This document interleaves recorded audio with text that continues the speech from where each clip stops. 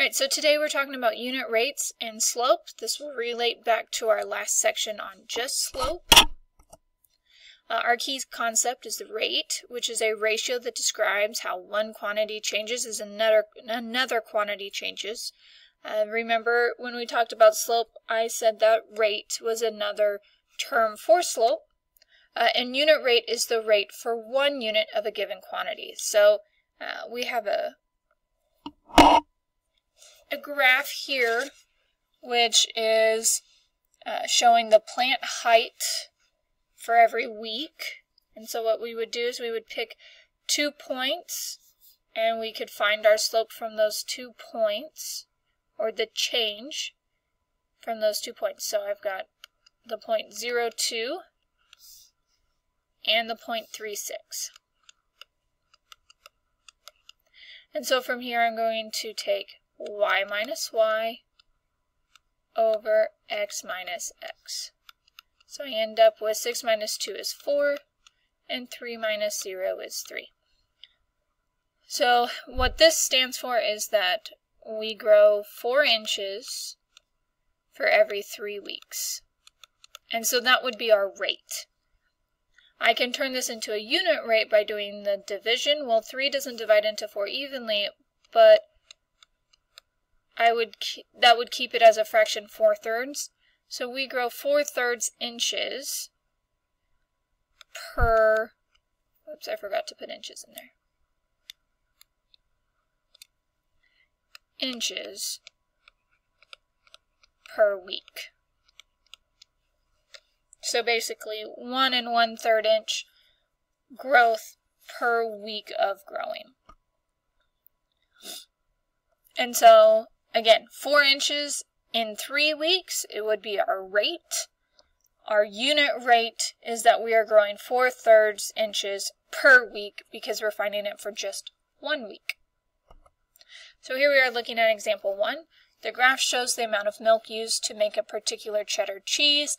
How many ounces of cheese can you make per gallon of milk? So what it's really asking us for is that unit rate. And so in order to find it, I'm going to take 2 points again. Keep in mind this is a proportional relationship. So and I know that because we start at 0, 0. So we have the point 0, 0 and the point 232. And so then I'm going to set up that subtraction. 32 minus 0, so y minus y over x minus x, which will give me 32 ounces every 2 gallons. So if I want to find for 1 gallon, I'm going to do the division and get 16 ounces per gallon. And so that would be my answer. That is 16 ounces per gallon. Again, finding that unit rate.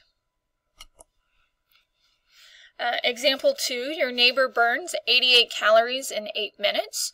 Cross-country skiing. There's a proportional relationship between calories burned and time. So since we have time, time is going to be our x-axis. And our y-axis is going to be calories burned.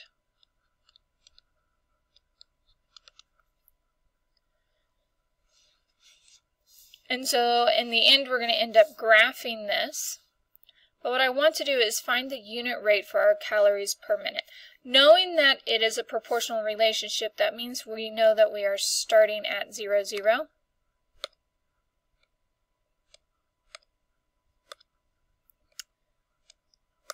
Maybe. Because we're starting at 0, 0, that means that our other points, we have the point 0, 0 and the point 8, 88. And I got that from up here, 8 minutes. We burn 88 calories. So then I'm just going to do that subtraction. Y minus y over x minus x, and we end up with 88 over 8. Do the division to get our unit rate, because we want this to become a 1 down here, and we end up with 11 calories per minute. So we know that our unit rate is 11 calories per minute. So now we're going to use the unit rate to draw a graph that models this situation. Our horizontal axis shows time and the vertical axis shows total calories burned. So I'm just going to count by 11s. 55, 66, 77, 88, and by ones.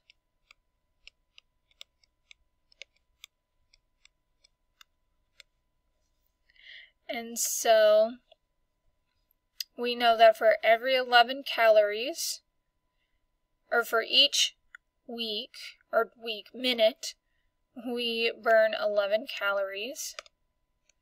So I'm going to add in my points.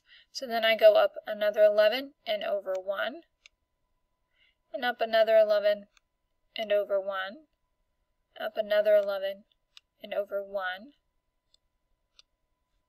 And so what I am getting here are my different amounts of calories burned as I go through, and that would be continuous. I could find it for the half minute. I'm going to do my best to draw a straight line. And so this would be our graph.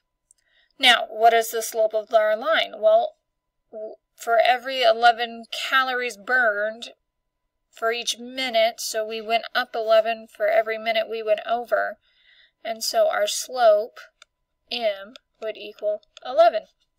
So our unit rate is the same as our slope, and that's what this example was trying to show us. So that our unit rate and our slope are the same thing. So now when we look at example 3, your friend borrows money, or borrows $200 from her parents. The graph shows how much money she owes her parents, how much is she repaying her parents per week, and how long will it take your friend to repay her loan. So what we know that we start off at 0 to 100. So we know that's one of our points, 0 to 100. And then I just need to find another point, and I like to find the next closest point. So that's going to be at 2 and 160.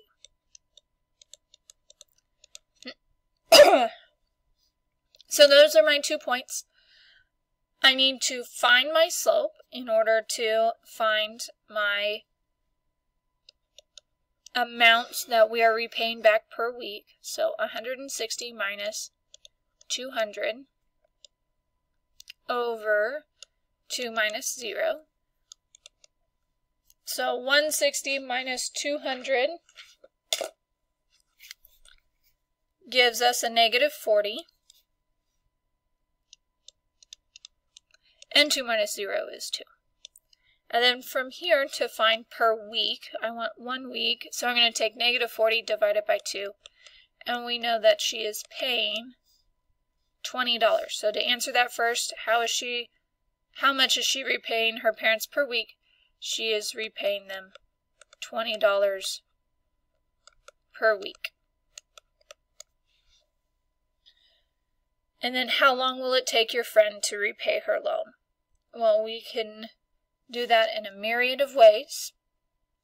The easiest is we need to go from 200 and we need to know how many weeks. So if we're paying 20 per week, we're going to take 200 divided by 20.